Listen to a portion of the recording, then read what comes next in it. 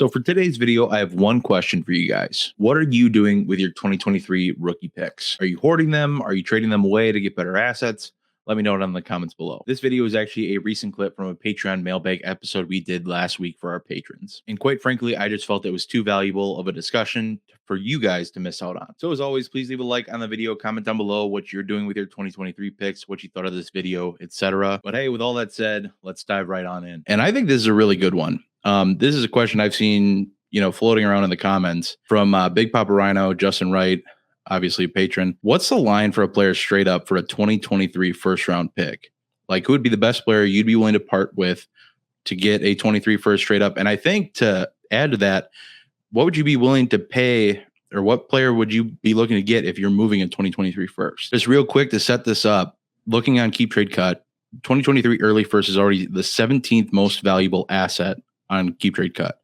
Players around that point are Cooper Kupp, DeAndre Swift, Javonte Williams, Mark Andrews, and AJ Brown. Now, I know that's an early 23 first, so if you're moving those, but the thing is my only thought process on it is, like, at what point does it become, instead of trying to hoard 23 picks because everybody's already doing that and not moving them, at what point are you sending them to try to acquire players that can help you now? Of course, this always depends on your team makeup. If you're on a rebuild, you probably want a 2023 first over a lot of players that you'll be offered for your 2023 first.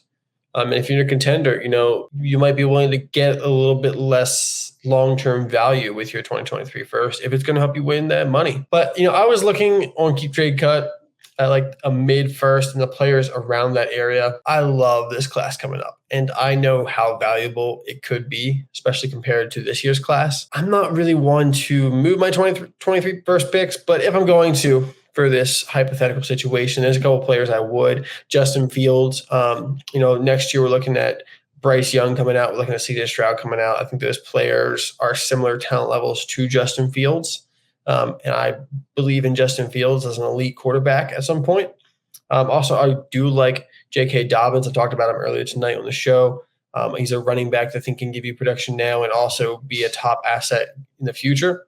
And then a wide receiver with a similar value as a mid-first with that same production now and value later is Deante Johnson. If you haven't had your rookie draft yet, I would be willing to move a 2023 first, if you're thinking it's going to be mid at best, for probably a top 5 pick in this year's draft. But you'd have to have a guy there that you want. Like, say, I really like Treylon Burks. I feel like it's a pretty break-even trade to move a 2023 first for a Treylon Burks. And as much as I love him and he's my wide receiver one, I just think that next year's class is so loaded. I mean, I'd rather have Jackson Smith-Njigba than Treylon Burks. I would rather have Jordan Addison probably than Treylon Burks.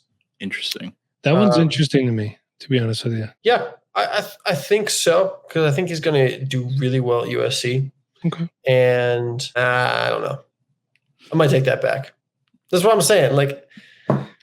But it's close. It's close. I do like Jordan Addison a lot. I mean, he just won the Blickenoff. I mean, he's considered the best wide receiver, in college with that award. I mean, JSN really went off at the end of the year to really be known as the best wide receiver for the year. But Jordan Addison's really good. Just went to USC with Lincoln Riley and Caleb Williams.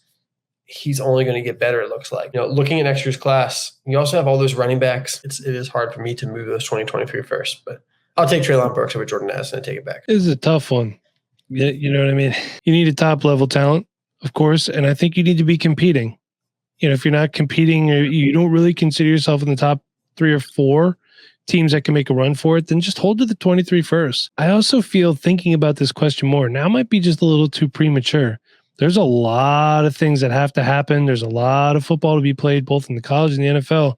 Until that 23 draft rolls around, values are going to dip. They're going to go up. They're going to go way up. They're going to dip a little bit because that's how it goes every year. It's like the stock market. It's really hard. I'm looking at DLF's ADP, and I'd give it 23 first for Justin Herbert and Josh Allen and Patrick Mahomes, guys like this. Deshaun Watson is at quarterback 8. I wouldn't give it 23 first for Deshaun Watson. Do I think he's an elite talent? Of course I do, but there's a lot of uncertainty.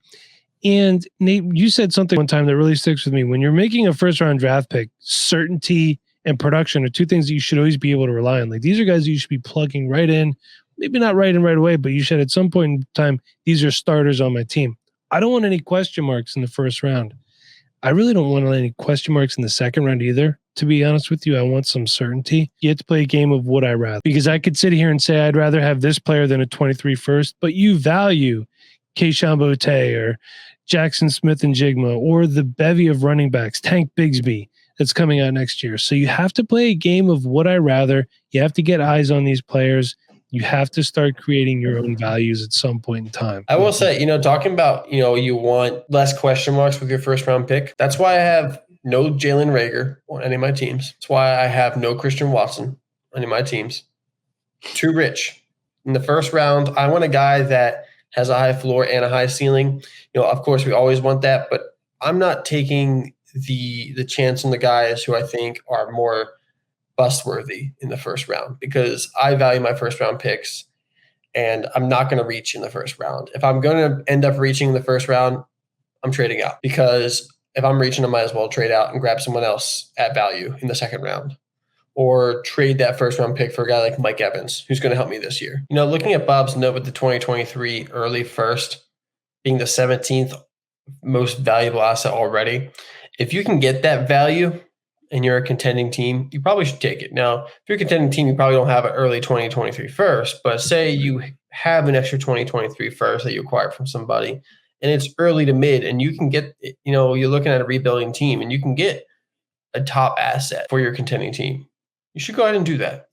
If you can switch a 2023 first for a Mark Andrews, for an AJ Brown, you absolutely should. Nate, one thing you touched on was treating, instead of that 2023 first, as the next big rookie sensation that you might get, and treat that instead as a player that is already good, that you're getting on your team. Maybe they're obviously going to be a little bit older than that piece, but it's, hey, you're plugging them in day one. They're a guy that you're right away, you believe in, you trust in the consistency, and, barring injury or something like that, you're probably okay. The last time we saw people going crazy over picks was 2020. Remember hearing the words 2020 first over and over and over again? If you're a couple years out and you have 2023 first, trade out. Trade out for seconds. Trade back into 2024. Just ching, ching, ching, ching, ching. Trade for these younger players that still have time to blossom. Because like I said, you're going to have teams that are years away where those players you're taking in the first round of the 2023 draft might never help you.